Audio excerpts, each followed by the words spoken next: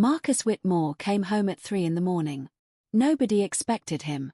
He'd told the staff he'd be in Boston for the cardiac conference until Thursday. But something had pulled him back, intuition, maybe, or guilt, or just the crushing weight of being alone in a hotel room while his sons were dying 6 states away. The mansion was silent. 40 rooms, and not a sound. He climbed the stairs toward the boys' wing, his footsteps muffled by Persian carpet. And then he heard it. Singing. A woman's voice, low and melodic, coming from his son's room.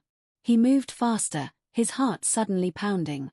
When he pushed open that door, what he saw would shatter everything he thought he knew about medicine, about faith, about what was possible in this world. But I'm getting ahead of myself. You need to understand how we got here. Marcus Whitmore was a man who fixed hearts for a living. At 41, he was one of the most sought-after cardiac surgeons on the East Coast. He'd performed over 3,000 operations. His hands had literally held beating hearts, sewn together damaged tissue, given people second chances at life. The irony was unbearable. He could save strangers, but he couldn't save his own children. Isaiah, Micah, and Josiah were 6 years old. 6 years of borrowed time. They'd been born with tetralogy of Fallot, a constellation of 4 heart defects that left holes in the walls between their ventricles, narrowed passages, malformed valves. Their tiny hearts were puzzles with missing pieces. Oxygen-poor blood circulated through their small bodies, turning their lips faintly blue, their fingernails the color of twilight. They couldn't run. Couldn't play the way other children played. 10 minutes of activity would leave them gasping, exhausted, their faces going pale and gray. They lived in the medical wing of their Connecticut estate, a wing Marcus had built specifically for them, complete with monitoring equipment, oxygen tanks, a pharmacy that would rival a small hospital. The doctors had given them until age 10. Maybe 12 if they were lucky. After that, their hearts would simply give out. There weren't enough donor hearts for 3 boys. There never would be. Their mother, Catherine, had died bringing them into this world. The emergency C-section had been successful, the triplet survived. But Catherine's heart, already weakened by pregnancy, had stopped on the operating table. Marcus had been there. He'd watched the monitors go flat. He'd heard that sound, that awful endless tone that meant death. He'd begged them to do something, anything. But there was nothing to do. That was 6 years ago. 6 years of Marcus working 80-hour weeks, performing surgery after surgery, saving life after life. Everyone's life except the ones that mattered most. He told himself he was working to pay for the boys' care, to fund research, to find experimental treatments. But the truth was simpler and more devastating. He was running away. He couldn't look at Isaiah's blue-tinged skin without seeing Catherine's face going pale. He couldn't watch Micah struggle for breath without remembering that final moment when Catherine stopped breathing. He couldn't touch Josiah's small hand without feeling the ghost of Catherine's hand going cold in his. So he left.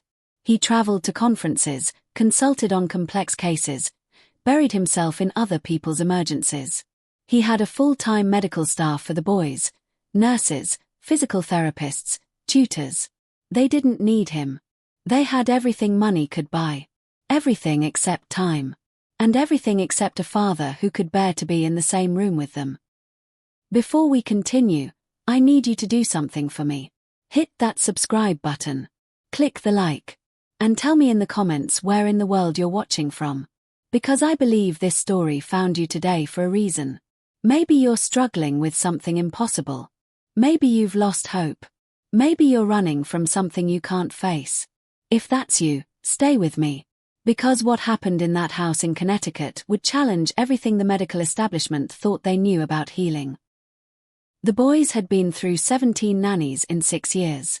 Women who came with impressive credentials, who smiled warmly during interviews, who promised to treat the boys like their own. They lasted weeks, sometimes months. The work was too hard. The prognosis too heartbreaking. Watching children die in slow motion would break anyone eventually. Marcus interviewed the 18th candidate on a Tuesday afternoon in September. He was between surgeries, still in his scrubs, exhausted. His assistant had screened 50 applicants. This was the only one she'd thought worth his time. The woman who walked into his office didn't look like much. Abini Okafor was 58, with grey-streaked hair pulled into a simple bun. She wore a blue cardigan that had seen better days and carried a single canvas bag. No designer purse. No leather portfolio. Just that one bag and a Bible with a cracked spine. "Mrs. Okafor," Marcus said, barely glancing up from the medical charts on his desk. "Your resume indicates you were a pediatric nurse in Lagos before immigrating. No American certifications. No recent hospital experience. Why should I hire you?" She sat down slowly, her hands folded in her lap. "I don't know if you should," she said quietly. Her accent was thick, musical. "I can't promise your sons will live. But I can promise they won't die alone. They won't die unloved." Marcus's pen stopped moving. He looked up at her. Really looked at her for the first time. Her eyes were dark, deep, carrying a weight he recognized because he saw it in the mirror every morning. "I lost my daughter," Abini continued. 20 years ago, in Nigeria. She was 8 years old. She had the same condition as your sons. The same blue lips. The same struggling heart. We had no money for surgery. No access to the medications your boys have. I watched her die slowly. I held her hand until the end." The office was very quiet. Outside, someone paged Dr. Chen over the intercom. A gurney rattled past in the hallway. "I'm sorry," Marcus said. The words felt hollow. "I don't need your sorrow," Abini said. "And I don't need credentials. I just need a chance. 3 days. If you don't see something in your sons after 3 days, I'll leave." Marcus studied her. This woman who'd lost everything. This woman who'd crossed an ocean and somehow ended up in his office, asking to care for children who were dying the same way her daughter had died. He should have said no. Should have called in the next candidate, someone with American training, someone who spoke perfect English, someone who wouldn't fill his house with painful reminders that children's hearts fail and sometimes there's nothing anyone can do about it. 3 days, he heard himself say. You have 3 days. Abini moved into the staff quarters that evening. The room was small but comfortable, far nicer than anywhere she'd lived since coming to America. She unpacked slowly. A few changes of clothes. The Bible. A wooden box, carved with symbols Marcus wouldn't have recognized. Inside the box, dried herbs, small cloth pouches tied with string, a photograph of a little girl with bright eyes and blue-tinged lips. The next morning, she met the boys. Isaiah was the oldest by 7 minutes. He had his father's sharp features, Catherine's grey eyes. He sat in his wheelchair by the window, a book open in his lap. He didn't look up when Abini entered. Micah was in bed, oxygen cannula in his nose. He was the smallest, the frailest. Every breath was work. He watched Abini with cautious curiosity. Josiah had fallen asleep in his chair, his head tilted at an angle that would leave his neck sore. His stuffed elephant had fallen to the floor. The day nurse, Brenda, efficient and kind but already tired at 8 a.m., looked relieved to see Abini. They're having a good morning, she said. Oxygen saturations are stable. Isaiah's been reading since 6. Micah ate half his breakfast. Josiah needs his morning medications at 9. Abini nodded, taking it all in. The beeping monitors. The medical equipment. The smell of antiseptic. This wasn't a bedroom. It was a hospital room that someone had tried to make cheerful with sports posters and colorful quilts. She walked over to Josiah first. Gently, she picked up the stuffed elephant and placed it back in his arms. He stirred but didn't wake. She touched his forehead, warm but not feverish. His heart monitor showed the irregular rhythm she'd expected. Too fast, then too slow. A heart trying its best with broken pieces. You must be the new nanny, Isaiah said. His voice was flat, practiced. How many times had he said those words to how many women who came and went? I'm Abini, she said. What are you reading? He showed her the cover. Something about dragons. You won't be here long, he said. Matter of fact. Not cruel. Just honest. None of them stay. Why is that? Isaiah shrugged. Because we're dying. And watching kids die isn't fun. He was 6 years old. 6 years old and already resigned to his own death, already expecting everyone to leave eventually. Abini pulled up a chair and sat down beside him. My daughter died, she said. 20 years ago. Same thing you have. Same blue lips. Same tired heart. Isaiah's eyes flickered with something. Surprise, maybe. Interest. Did she die in the hospital? No. She died in our home, in Lagos. In her own bed. I was holding her hand. Was she scared? No, Abini said. She was ready. She'd fought so hard for so long. She was tired, baby. So tired. But she wasn't alone. And she knew she was loved. Isaiah was quiet for a long moment. Then, do you think we're going to die? I think everyone dies eventually, Abini said. But I don't think it's time for you three yet. I think you have things to do in this world still. The doctors say. I know what the doctors say. And the doctors are very smart. But doctors don't know everything. She smiled. Are you going to show me this dragon book or not? For the first time, Isaiah almost smiled. Almost. The first 2 days, Abini didn't do anything special. She learned their rhythms. Isaiah was the thinker, always reading, always watching. Micah was sensitive, emotional, cried easily. Josiah was the brave one, always trying to do more than his body could handle, always pushing until he collapsed. She learned that they liked oatmeal with honey. That they hated the physical therapy exercises. That they watched the same 3 movies on repeat because unfamiliar things required too much energy. That their father called every evening at 7 but never for more than 5 minutes. That they hadn't left the medical wing in 6 months. She learned their fears. Isaiah was afraid of falling asleep and not waking up. Micah was afraid of needles and blood draws and the way doctors spoke around him like he couldn't understand. Josiah was afraid of becoming weak, of needing help, of being a burden. On the 3rd day, everything changed. Marcus called at 6 p.m. Has she done anything? He asked Brenda, the day nurse. Any improvement? They seem calmer, Brenda admitted. I don't know if that counts. It didn't. Marcus had been expecting miracles, not calm. Tell her thank you for her time, he said. But we'll need to find someone else. Brenda hung up and went to tell Abini. But when she reached the medical wing, she stopped. The door was open. Abini was sitting on the floor with all 3 boys around her. She'd pushed the wheelchairs aside. She'd turned off the TV. She was teaching them to clap out rhythms, her hands moving, the boys struggling to follow. They were laughing. Micah was laughing so hard he was coughing, but he didn't stop. He didn't want to stop. Brenda watched for a full minute. Then she went back to her office and called Marcus. What did you tell her? Marcus demanded. I didn't tell her anything yet, Brenda said. But Dr. Whitmore, you should come home. You should see them. See what? Just, see them. Marcus came home late that night. The house was dark except for the nightlights in the hallways. He climbed the stairs to the medical wing. The door was closed. He pressed his ear against it. Singing. That same low, melodic singing he'd heard in the flash-forward at the beginning of this story. A woman's voice, singing words he didn't understand. Yoruba, maybe. A language older than medicine. He pushed the door open carefully. Abini was sitting beside Micah's bed, one hand resting on his chest.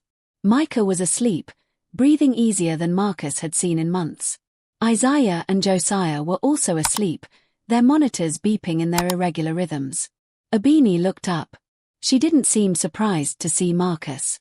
They had nightmares, she said quietly. All 3 of them. Same nightmare. They were drowning, and no one could hear them calling for help. Marcus stepped into the room. You're singing to them. My grandmother sang these songs to sick children. Old songs. Healing songs. Not medicine, Dr. Whitmore. But not nothing, either. He looked at his sons. Really looked at them. Micah's face was relaxed. The tension he usually carried, even in sleep, was gone.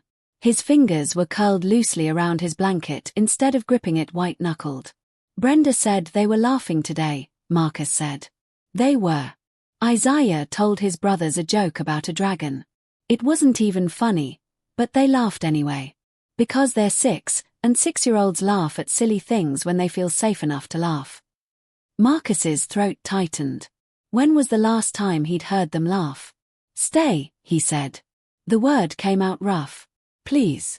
I'll triple your salary. Whatever you need. Just stay. Abini shook her head.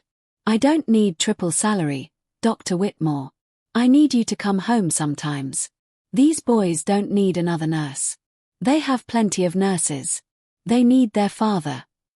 The words hit like a physical blow. Marcus took a step back. I'll think about it, he managed. He left before she could say anything else. But as he walked down the hallway, he heard it again. That singing. Those old healing songs. And something in his chest, some part of him he'd thought was dead, shifted slightly. Marcus didn't come home more. But he also didn't fire Abini. And something was happening in that medical wing. Something the day staff noticed but couldn't quite name. Day 5, Isaiah asked to sit outside. Not in the garden. Too much effort. Just on the balcony off the medical wing. 10 minutes in the sun. Abini wrapped him in blankets and wheeled him out. He closed his eyes and turned his face toward the light. Day 8. Micah's oxygen saturation levels improved. Just 2 percentage points. Barely significant. But they improved. The day nurse ran the numbers 3 times, certain the equipment was wrong. The equipment wasn't wrong. Day 12. Josiah ate an entire meal. Not half a meal. Not a few bites. An entire plate of eggs and toast and fruit. Then asked for seconds. Day 15. Isaiah stayed awake until 8:30 p.m. reading his book. That might not sound like much. But for a child whose body was constantly exhausted, whose heart couldn't pump enough oxygen to his brain, staying awake past 7 was remarkable. The other staff noticed. They whispered to each other during shift changes. Did you see Micah's numbers? Did you hear Josiah laughing? Have you noticed Isaiah's color is better? But no one told Marcus. He called every evening at 7. How are they? He'd ask. Fine, Brenda or Caroline or James would say. Because technically, the boys were fine. Fine meant alive. Fine meant stable. Fine didn't mean miraculous. What Abini was doing, she did in the hours when no one was watching. At 3 a.m., when the house was silent and the night nurse was supposed to be monitoring vitals and checking fors, she was doing something else entirely. She would take out that wooden box. Those dried herbs. She'd make compresses, hawthorn berry for heart strength, motherwort for circulation, yarrow for healing. Old medicine. Her grandmother's medicine. She'd place the warm compresses on the boys' chests, right over their hearts, and she'd sing. Those Yoruba healing songs. Her hands would rest on their small bodies, and she'd pray. Not loud, performative prayers. Quiet ones. Conversations with God like he was sitting right there in that hospital room with her. Please, she'd whisper. Not for me. I've made my peace with loss. But these boys haven't lived yet. They haven't run through grass. They haven't fallen in love. They haven't done anything except fight to breathe. Please. If you can do anything. If there's any mercy left. Please. She didn't tell anyone about the compresses. Didn't mention the prayers. Western medicine didn't believe in herbs and songs and old women talking to God at 3 a.m. Western medicine believed in double-blind studies and peer-reviewed research and things that could be measured and quantified. But something was happening. Something the monitors were starting to detect. Week 3. Marcus came home on a Saturday. He wasn't expected. He'd finished his surgeries early and found himself driving north instead of going to his hotel. He told himself he was just checking in, making sure everything was running smoothly.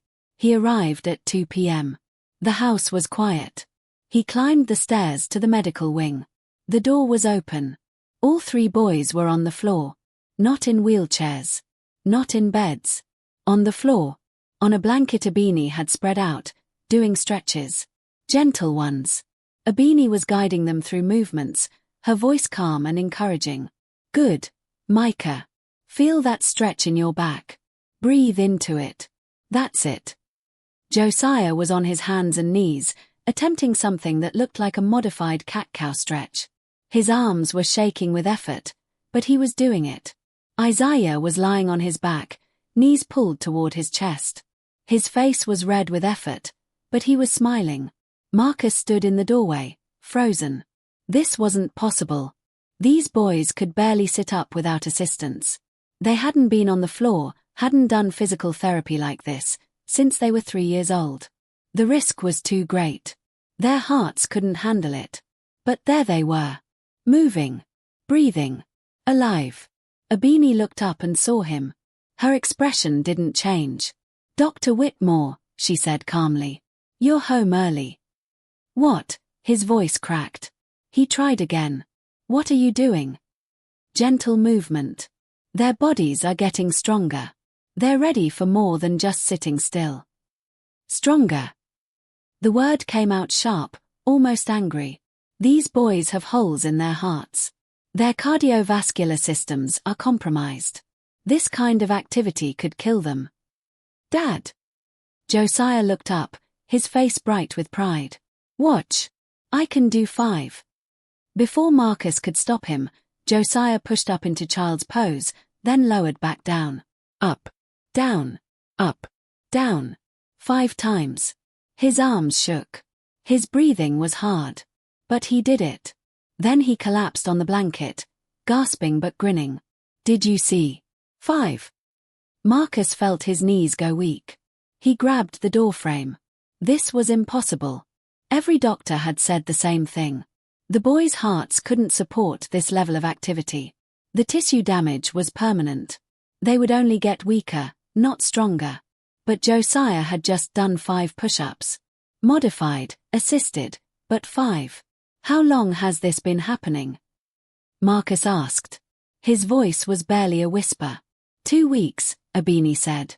They're ready for more, Dr. Whitmore. Their bodies are healing. That's not. Marcus stopped. Closed his eyes. Opened them again. The boys were still there, still on the floor, still breathing hard but alive and proud and stronger than they should be. That's not medically possible. And yet, Abini said quietly. Isaiah sat up slowly. He looked at his father with those grey eyes, Catherine's eyes. Are you mad? He asked. Mad? Marcus repeated. He felt like he was in a dream. Or a nightmare. He couldn't tell which. No, I'm not mad. I'm just. He couldn't finish the sentence. Didn't know how to finish it. Terrified. Amazed. Devastated that he'd missed this. Ashamed that he didn't know his own sons were getting stronger. I think you should sit down, Dr. Whitmore, Abini said. You look pale. Marcus shook his head. I need to run some tests. New echocardiograms. MOs. We need to see what's happening with their heart tissue. This could be, he stopped. Could be what? Temporary. Dangerous.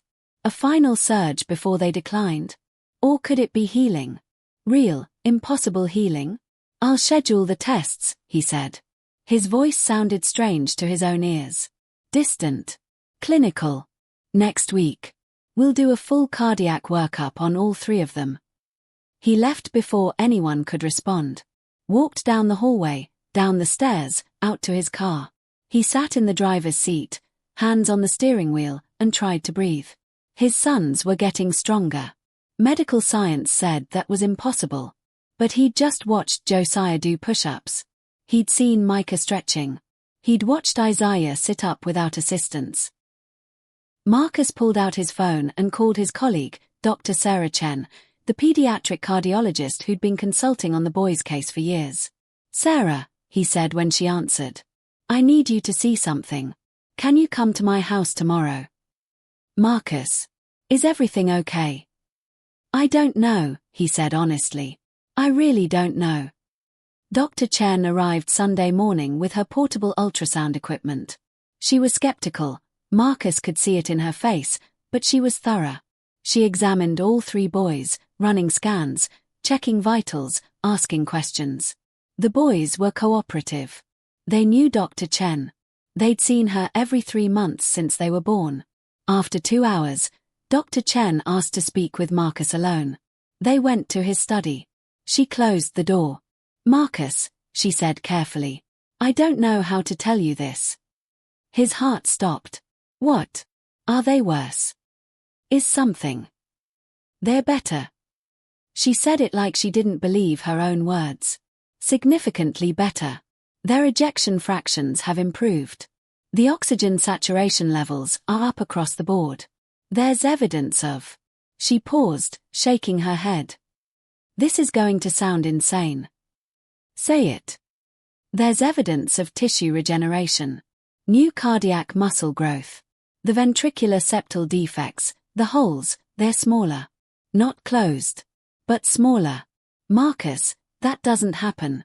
That tissue doesn't regenerate. Not in children with tetralogy of Fallot. Not ever." The room tilted.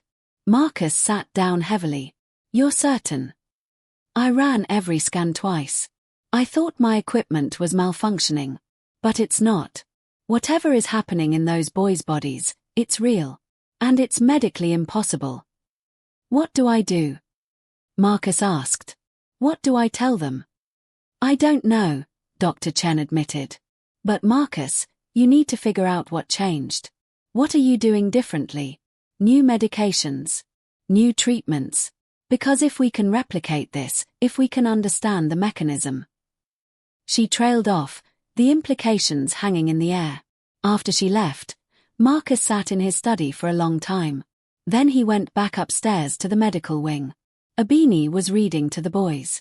Some story about a boy who could talk to animals. Micah was curled against her side. Josiah was leaning forward, hanging on every word. Isaiah was doing a puzzle, half listening. They looked like a family. Like a real family. Comfortable. Safe. Loved. Marcus watched from the doorway. And something inside him, something that had been frozen since Catherine's death, began to crack. For 3 days, Marcus tried to be present. He came home earlier.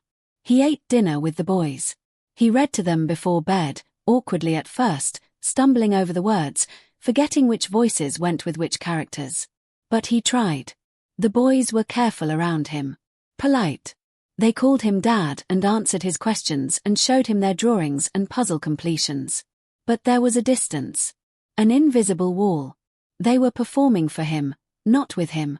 With Abini, they were different. With Abini, they laughed. They complained. They argued about whose turn it was to pick the bedtime story. They were real. Marcus noticed. How could he not notice? His own sons were more comfortable with a woman they'd known for a month than with their own father. It burned. That's the only way to describe it. It burned in his chest, hot and bitter. He'd built this life, this house, this empire. He'd worked himself to exhaustion to give them the best medical care money could buy. And they loved the nurse more than they loved him. On the 4th day, Marcus had 3 emergency surgeries back to back. A valve replacement. A bypass. A pediatric case, a 7-year-old girl with a congenital defect. He worked for 16 hours straight. Saved 3 lives. Came home at midnight exhausted and hollow. The house was dark. He climbed the stairs. The medical wing door was closed. He was about to keep walking to his own bedroom when he heard it. Singing. That singing again. He opened the door without knocking. Abini was sitting on the floor with all 3 boys. They were in their pajamas, forming a circle. Abini had her wooden box open. Those herbs. Those compresses. She was placing them on the boys' chests, one by one, and singing in Yoruba. Her hands resting on their small bodies. Praying. All 3 boys had their eyes closed. Peaceful. Trusting. Completely at ease. Something in Marcus snapped. What the hell is this?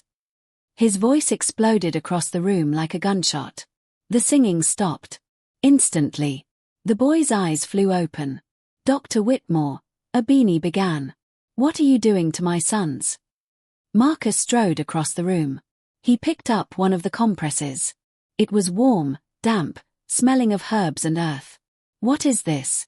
What are you putting on them? It's harmless, Abini said calmly. Traditional medicine. Marcus's voice rose. These boys have compromised immune systems. You're putting God knows what on their skin, exposing them to potential allergens, contaminants. Are you insane? Dad, Isaiah tried. Be quiet, Isaiah. Marcus didn't look at his son. Couldn't look at him. All he could see was this woman, this stranger, with her hands on his children, doing things he didn't understand, using methods that weren't peer-reviewed or FDA approved or scientifically validated. Please listen, Abini said. Her voice was still calm. Infuriatingly calm. I would never hurt these boys. Everything I've used is. You're fired. The words came out cold. Final. Pack your things. I want you gone by morning. The room went utterly silent. Micah started crying. Not loud, dramatic sobs. Quiet tears sliding down his cheeks. No, he whispered. Please no.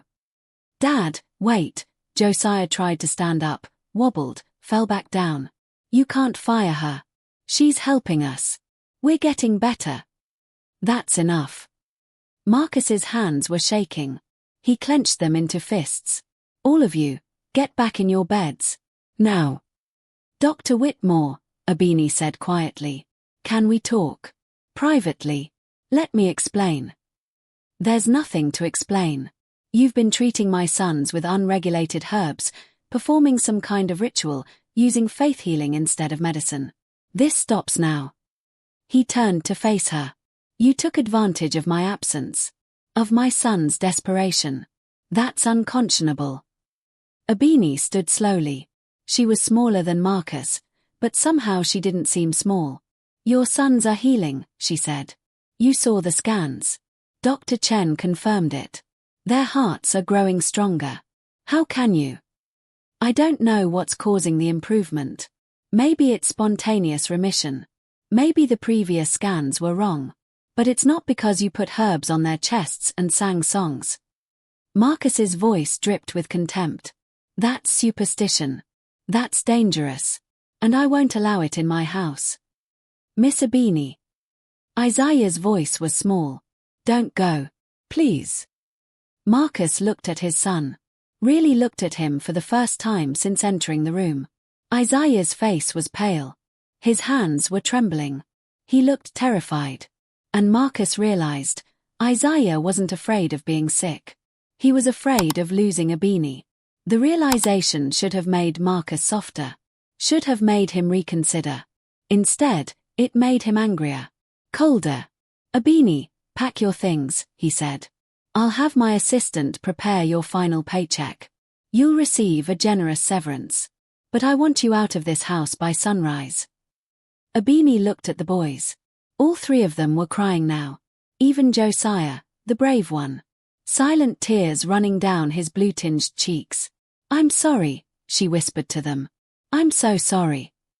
She picked up her wooden box, held it close to her chest, and walked out of the room.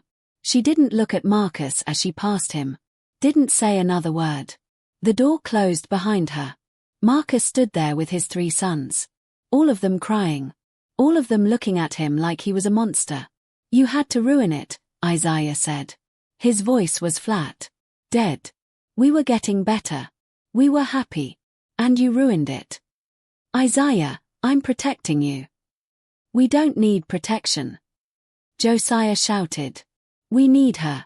She's the only one who, his voice broke. He started coughing, hard, the way he coughed when he was upset or exhausted. His face went grey. Marcus moved toward him instinctively, but Josiah pulled away. Don't touch me. Micah had curled into a ball on the floor, sobbing. I want Miss Abini.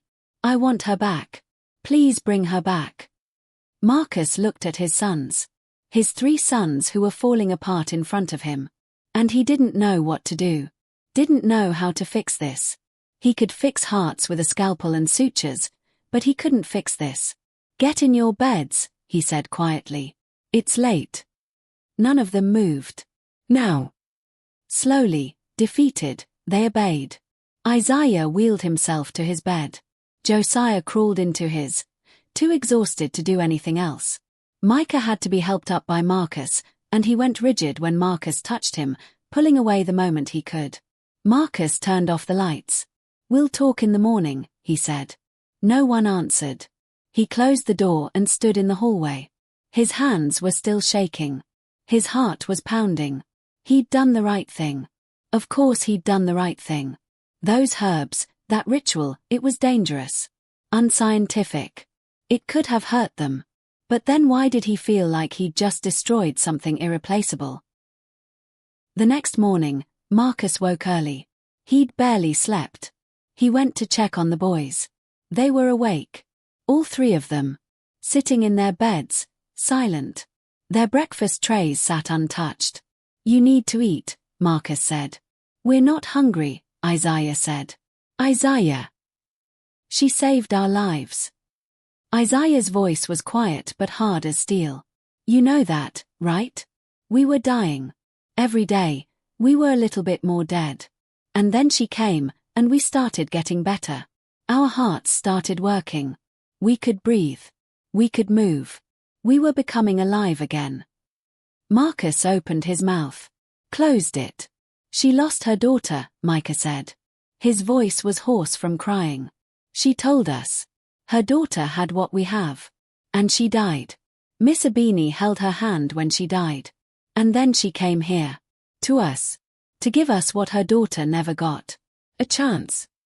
Josiah was staring at the ceiling. "Mom died giving birth to us," he said. "You told us that. You said her heart couldn't take it.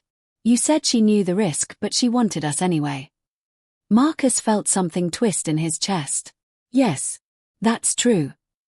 Do you ever wish we hadn't been born?" Josiah asked. "Do you wish Mom was still here instead of us?"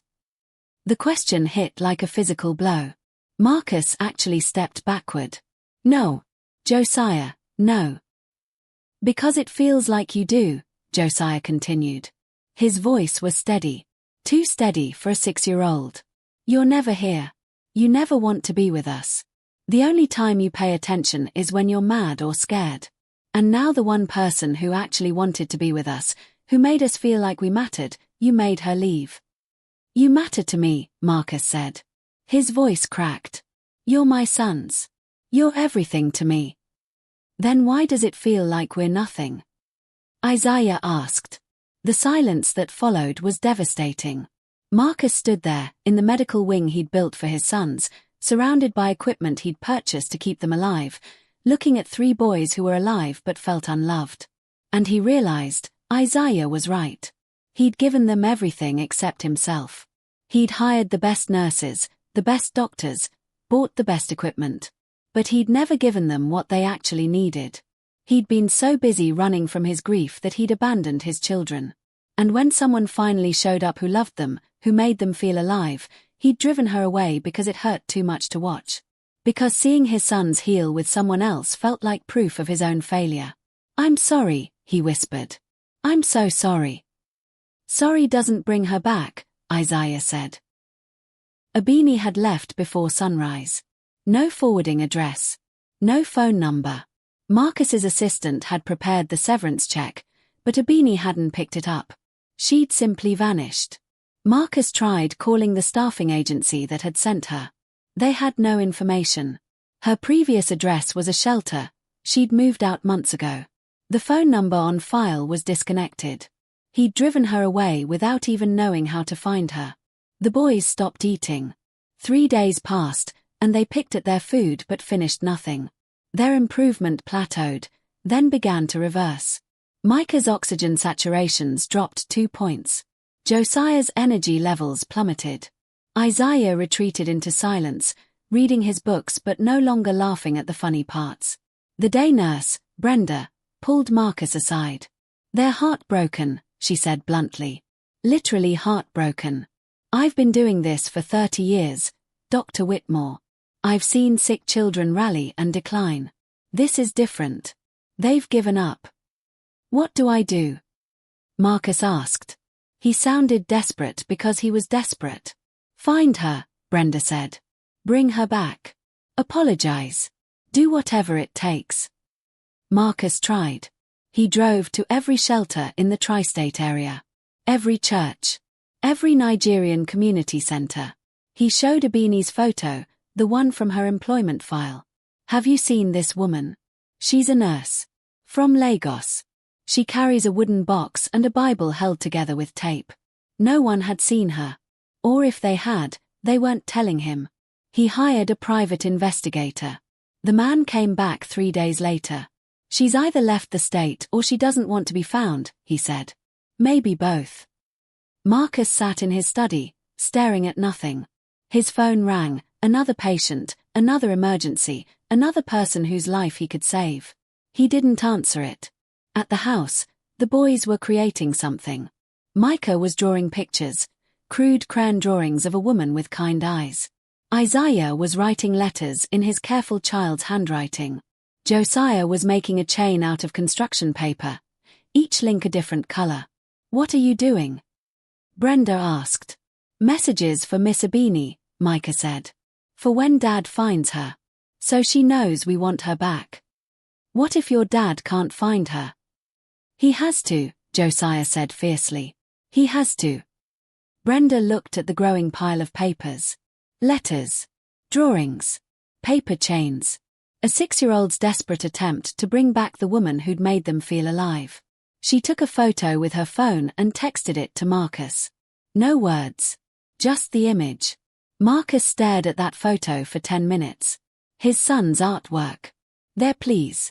Their hope that he would fix what he'd broken. 2 weeks after Ebini left, Marcus was performing surgery. A routine bypass. His hands were steady, they were always steady in surgery. But his mind was somewhere else. He was thinking about his sons. About how Isaiah had asked if Marcus wished they'd never been born. About how Micah cried himself to sleep every night.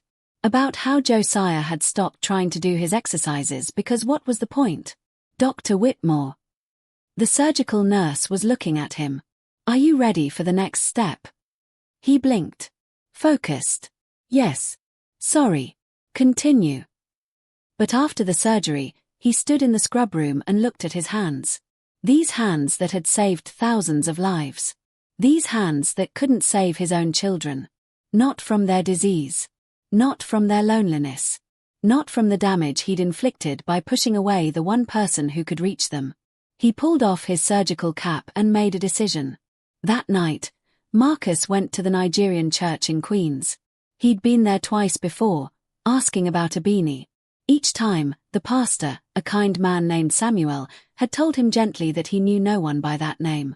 Marcus suspected Pastor Samuel was lying, protecting one of his congregation. This time, Marcus didn't ask about Ebini. He sat in the back pew and waited. Service started at 7. The church filled with people, families, elderly couples, young professionals. The singing started. Beautiful, layered harmonies. Songs in English and Yoruba and languages Marcus didn't recognize. And then he saw her. Ebini was sitting 3 rows from the front. She was singing, her voice blending with the others. Her eyes were closed. She looked peaceful in a way Marcus had never seen. He waited until the service ended. Watched as she greeted people, hugged children, laughed at something an elderly woman said. Watched as she slowly gathered her things, that canvas bag, that Bible, and headed toward the door. He intercepted her in the parking lot. Ebini. She turned. Saw him. Her face went carefully neutral. Dr. Whitmore. I've been looking for you. I know. She adjusted her bag on her shoulder. Pastor Samuel told me. I asked him to tell you he didn't know me. Why? Because I thought it would be easier. For me. For the boys. Clean break. She looked at him directly. What do you want, Dr. Whitmore? I want you to come back. No. The word was simple. Final. Please, Marcus said. The boys, they're not doing well. They're declining. They miss you. They need you. They need their father, Ebini said. Not another nurse who will eventually leave. I know. You're right. I've been. Marcus stopped. Breathed. Started again. I've been running away. From my grief. From my guilt. I blamed myself for Catherine's death. I couldn't look at my sons without seeing her face. Without remembering that she died giving them life. And when I saw them getting better with you, when I saw them loving you, it felt like I'd failed them completely. Like I'd proven I was useless. Abini's expression softened slightly. You're not useless. I fired you because I was jealous, Marcus continued. And angry. And terrified. You were succeeding where I'd failed. You made them laugh. You made them hope. You made them heal. And I couldn't stand it. The healing wasn't just me, Abini said quietly. It was the love. It was feeling safe. It was having someone who believed they could get better. I know. I see that now. Marcus's voice broke. They made you letters. Drawings. They're waiting for you to come back. And I know I don't deserve it, but I'm begging you. Please. Come back. Help me learn how to be their father. Teach me what you know. About the herbs, the songs, the prayers. I don't care if it's not scientific. It's working. They were getting better. Abini studied him for a long moment. If I come back, things will be different. Anything. Whatever you need. You will work from home 3 days a week. You will eat dinner with your sons every night you're in town. You will read to them before bed. You will learn their favorite things, their favorite foods, their fears, their dreams. You will stop seeing them as patients and start seeing them as your children. Marcus nodded. Yes. All of that. I promise. And you will let me use my grandmother's medicine alongside Western medicine. The herbs, the compresses, the prayers. You don't have to understand it. You just have to trust it. He hesitated.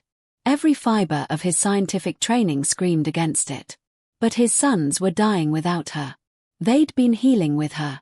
I trust it, he said. I trust you. Abini came back the next day. Marcus carried her bag to her room. She unpacked while he waited awkwardly in the doorway. The wooden box. The Bible. The photo of her daughter. Her name was Chiamaka, Abini said, seeing him look at the photo. It means God is beautiful in Igbo. She was beautiful. Smart. Brave. She fought so hard.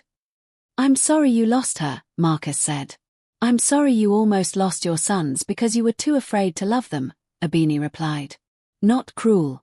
Just honest. Marcus absorbed that. Nodded. They walked together to the medical wing. Marcus opened the door. Boys, he said. Someone's here to see you. Abini stepped into view. For a moment, no one moved. The boys stared at her like they were seeing a ghost. Then Micah started crying. Miss Abini. He tried to get out of bed, tangled in his blankets, nearly fell. Abini rushed forward and caught him. He wrapped his small arms around her neck and sobbed into her shoulder. Josiah was right behind him. Then Isaiah, moving faster than Marcus had seen him move in months. All 3 boys surrounded her, clinging to her, crying and laughing at the same time. You came back, Isaiah kept saying. You came back. I came back, Abini confirmed. She was crying too. I'm so sorry I left. I'm here now. I'm not going anywhere. Marcus stood in the doorway, watching his sons hold on to this woman like she was life itself. And he felt something he hadn't felt in 6 years. Not jealousy. Not inadequacy. Gratitude. They established a new routine.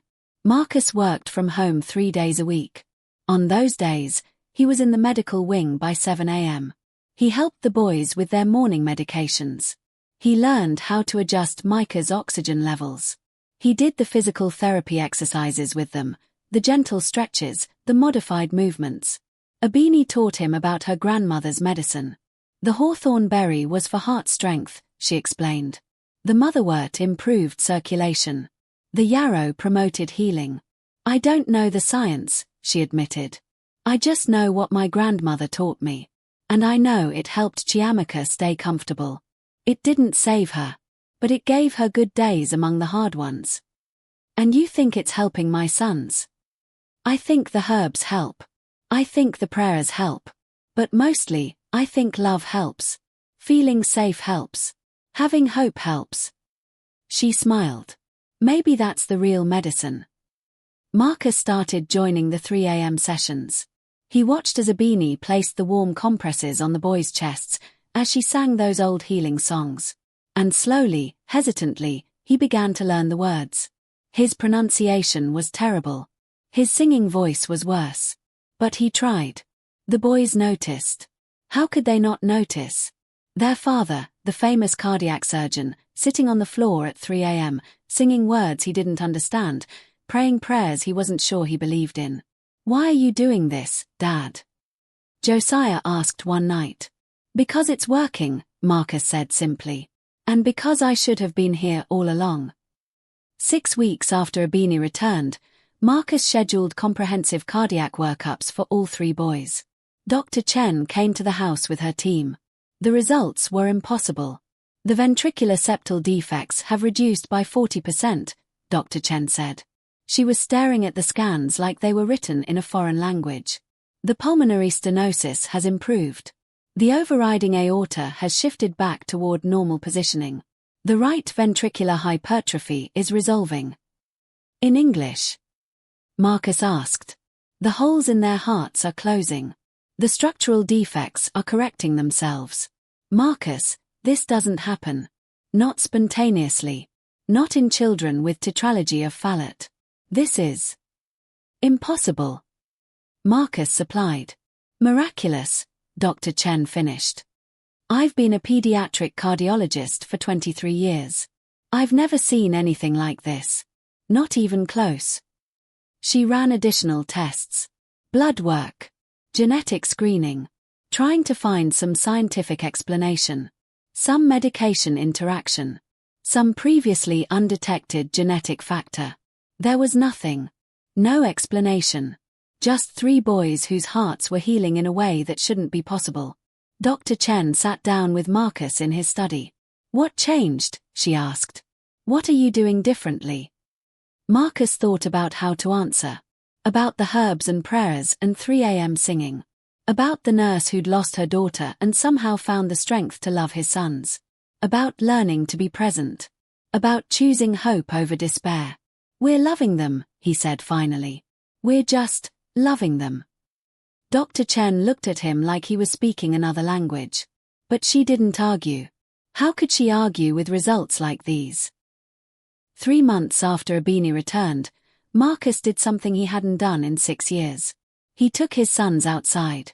Not just to the balcony. Not just to the garden. Actually outside. To the park 3 miles from the house. Abini drove them. Marcus sat in the back with the boys, their medical equipment condensed to portable oxygen monitors. Just in case, but the boys weren't using oxygen anymore. Their saturations stayed high. Their color was good. Not perfect. Still slightly blue when they were tired.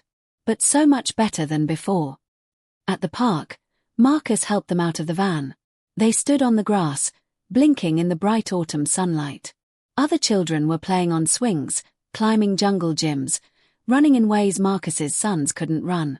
But they could walk. Slowly, carefully, but they could walk. "Can we go to the swings?" Micah asked. Marcus looked at Abini. She nodded. They walked together to the swing set. Marcus lifted Micah onto a swing. He was still so light, so small, and gave him a gentle push. Micah's face lit up. Pure, uncomplicated joy. Josiah wanted to try the slide. Isaiah wanted to sit on the bench and read his book, which was so perfectly Isaiah that Marcus almost laughed. For an hour, they were just a family at a park. Nothing special. Completely ordinary. Beautifully, impossibly ordinary. A woman approached Marcus while he was pushing Micah on the swing. "Your sons are beautiful," she said. "Thank you," Marcus replied. "The older one, reading on the bench, he looks just like you." Marcus looked at Isaiah. Really looked at him. The woman was right. Isaiah had his bone structure, his serious expression. How had Marcus never noticed before? "Yeah," Marcus said softly. "He does." Abini and Marcus fell into a partnership. Not romantic, nothing like that. But a deep respect, a shared mission. They were co-parenting in a way that transcended typical professional boundaries. "You should call your sister," Abini said one evening. They were in the kitchen, preparing dinner. The boys were in the living room watching a movie, something about space robots. "My sister. The boys told me about her. They said she used to visit when they were little. Before their mother died. They miss her." Marcus hadn't spoken to his sister, Rebecca, in 5 years. She'd tried to reach out after Catherine's death, but he'd pushed her away. Pushed everyone away. "She probably doesn't want to hear from me," he said. "Only one way to find out." That night, after the boys were asleep, Marcus called Rebecca. She answered on the third ring. "Marcus." "Hi, Becca." A long silence. Then, "It's been 5 years." "I know. I'm sorry. I've been..." He stopped. Started again. "I've been a coward. Running away from everything that hurt. But I'm trying to do better. The boys are asking about you. They want to see you." Another silence. Then, softly, "How are they?" "Better. Actually better. It's a long story, but their hearts are healing. The doctors can't explain it. I can barely explain it. But they're improving." Rebecca's voice cracked. "Can I come visit? Please?" She came that weekend. She cried when she saw the boys. They'd been 3 when she'd last visited. Now they were 6, older, changed. But still her nephews. She stayed for 3 days. She and Abini cooked together, filling the house with smells Marcus remembered from childhood, his mother's recipes that Rebecca had learned. The boys followed them around the kitchen, asking questions, stealing tastes, laughing. When Rebecca left, she hugged Marcus at the door. "I missed you," she said. "I missed them. Don't disappear again." "I won't," Marcus promised. "I won't." 6 months after Abini returned, Dr. Chen conducted another full cardiac workup. The results were even more impossible than before. The ventricular septal defects had closed completely. Completely. The holes in the boys' hearts were gone. The structural abnormalities had corrected themselves. The boys' hearts were still weak, still needed careful monitoring. They would probably never run marathons or play competitive sports. But they were functioning. Working. Pumping blood and oxygen the way hearts were supposed to pump blood and oxygen. "I'm writing this up for publication," Dr. Chen said. She was staring at the scans with something like awe. "The medical community needs to see this. This is... Marcus, this is a miracle. I don't know what else to call it." "What will you say in the paper?" Marcus asked. "How will you explain it?" "I have no idea," Dr. Chen admitted. "Spontaneous regeneration of cardiac tissue in patients with tetralogy of Fallot. Unknown mechanism. That's the most honest thing I can write." After she left, Marcus sat with Abini in the kitchen. The boys were in the living room, building something with blocks, arguing good-naturedly about architecture. Normal children doing normal things. "They'll want to study them," Marcus said. "Other doctors. Researchers. They'll want to figure out what happened. How it happened." "What will you tell them?" Marcus thought about it.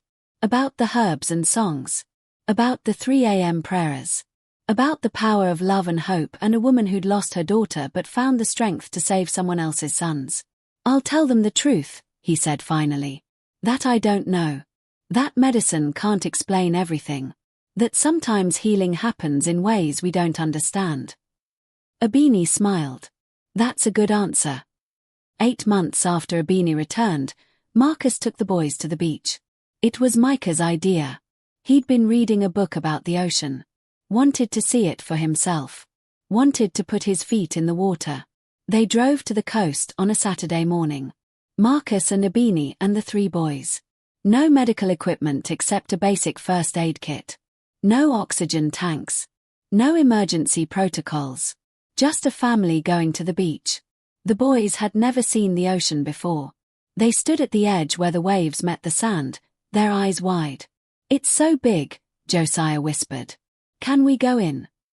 Isaiah asked. "Yes," Marcus said. "Of course you can." They waded in slowly. The water was cold, but they didn't care. They laughed and splashed and held on to each other when the waves got strong. Marcus stood in the water with them, his pants soaked to the knees, not caring at all. Abini took photos from the shore. Marcus saw her wipe tears from her eyes. Later, they built sandcastles. Bad ones. None of them had any talent for architecture. The castles kept collapsing. The boys thought this was hilarious. They ate lunch from a cooler, sandwiches and fruit and cookies that Rebecca had sent. They spread a blanket on the sand and sat together, the 5 of them, watching the waves. "Miss Abini," Josiah said. "Thank you for not giving up on us." "Oh, baby," Abini said. Her voice was thick. "I could never give up on you. Never." "Dad." Micah looked at Marcus. "Thank you for bringing her back." Marcus's throat closed. He managed to nod. Isaiah, always the quiet one, always watching, always thinking, said, "Mom would have liked this. The beach. All of us together." "Yeah," Marcus said softly. "She would have loved this." They stayed until the sun began to set. The boys were exhausted, good exhausted, not sick exhausted. The kind of tired that comes from playing and living, not from hearts that can't keep up. On the drive home, all 3 boys fell asleep in the back seat. Marcus looked at them in the rearview mirror. Their faces peaceful. Their breathing steady. Their hearts, those impossible, miraculous hearts, beating strong. "Thank you," he said to Abini. "You've already thanked me." "I don't think I can thank you enough." Abini smiled. "Then stop thanking me and just live, Dr. Whitmore. Just be here. Be present. Love your sons. That's all the thanks I need." 1 year after Abini arrived, the boys started school. Not homeschool. Not private tutors. Actual school. A small private academy with a nurse on staff and teachers who knew about their medical history. But school. With other children. With recess and art class and everything normal children did. Marcus drove them on the first day. He was more nervous than they were. "What if you get tired?" he asked for the 5th time. "Then we'll rest," Isaiah said patiently. "What if your hearts?" "Dad." Josiah put his hand on Marcus's arm. "We're okay. We're really okay." At the school entrance, Marcus knelt down so he was eye level with his sons. "I'm proud of you," he said. "So proud. Your mother would be too." "We know," Micah said. He hugged Marcus. "We'll see you at pickup." Marcus watched them walk into the school. 3 boys with backpacks and lunchboxes and healing hearts. 3 boys who'd been given a death sentence and had somehow lived anyway. He sat in his car and cried. Not sad tears. Not grief. Something else. Relief, maybe. Gratitude. Joy. His phone rang. "Abini. How did it go?" "They went in," Marcus said. "They were so brave. They just went in." "Of course they did. They're your sons." "And yours," Marcus said. "They're yours too." A pause. Then, "Yes, they are." 2 years after Abini arrived, Dr. Chen published her paper, Unexplained Spontaneous Regeneration of Cardiac Tissue in Pediatric Tetralogy of Fallot Patients, a case study. It was rejected by 3 major journals before finally being accepted by a smaller, more open-minded publication. The medical community was skeptical. Some called it fraud. Others suggested Marcus had misdiagnosed his sons originally. Still others proposed complex theories involving stem cells and genetic mutations. Marcus didn't care what they said. He'd stopped needing their validation. He knew what he'd seen. He knew what was real. The boys were thriving. Isaiah wanted to be a writer. Micah wanted to study marine biology. Josiah talked about becoming a doctor, like his dad, but nicer. Abini stayed. She'd become family. Aunt Abini, the boys called her. Sometimes just Auntie. She had her own room in the house. Her own space in their lives. She still did her 3 a.m. prayers sometimes, though the boys didn't need the compresses anymore. She prayed for other children now. Other families facing impossible diagnoses. Marcus had reduced his work hours. He still performed surgeries, still consulted on complex cases. But he was home 5 nights a week. He never missed dinner. He read to the boys every night, even though they were 8 now and could read perfectly well themselves. Rebecca visited monthly. The house was full again. Full of life and laughter and love and normalcy. On what would have been Catherine's 43rd birthday, Marcus took the boys to her grave. They'd been before, but this time felt different. The boys were older now. Old enough to remember her, if not with perfect clarity. They stood at her headstone. Marcus had brought flowers. The boys had drawn pictures.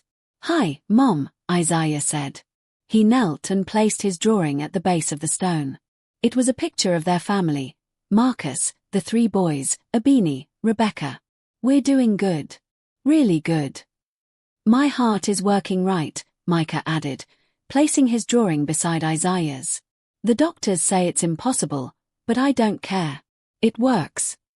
"Dad's home a lot now," Josiah said.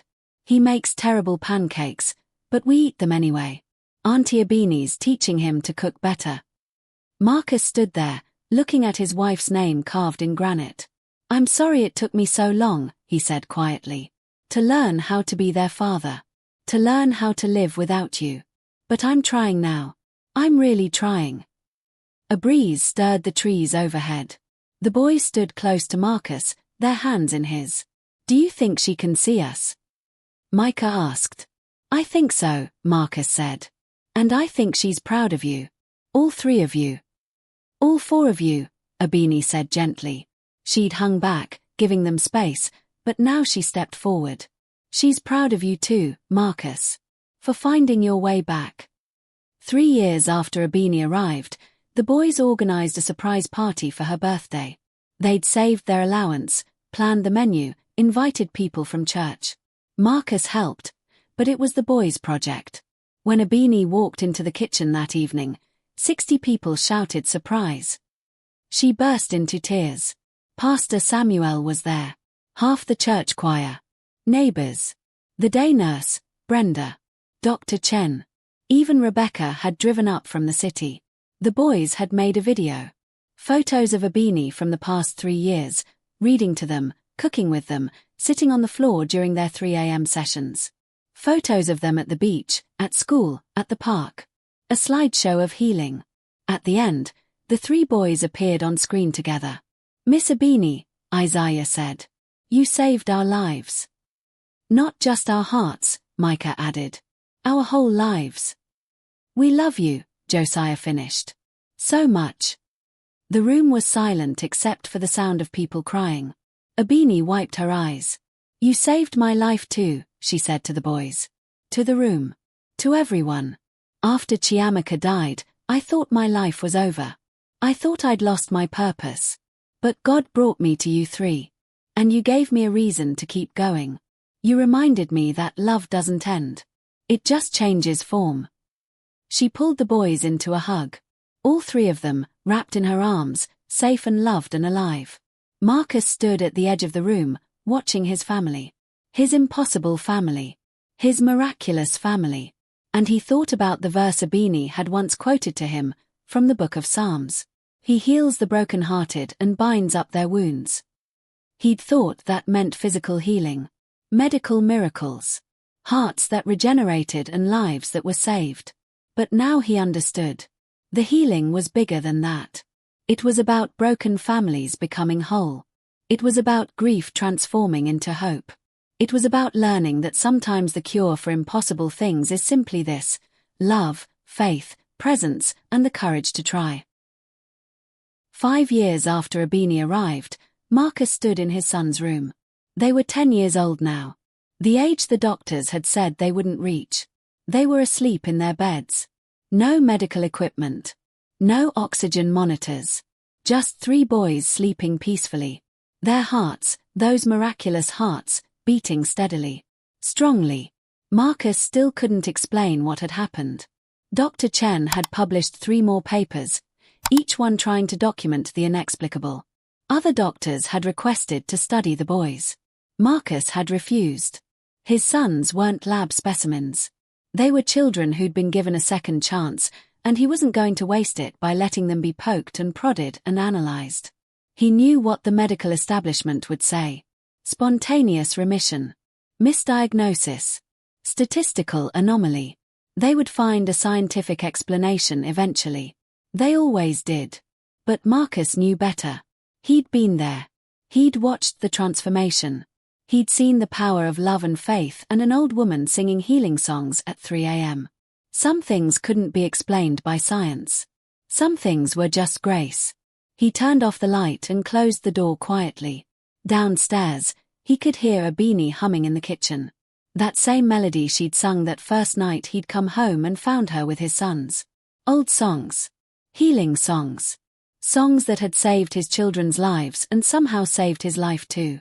He thought about Catherine. He talked to her sometimes, in his head. Told her about the boys. About a beanie. About the life they'd built from the ruins of grief. They're okay, he thought. Our sons are okay.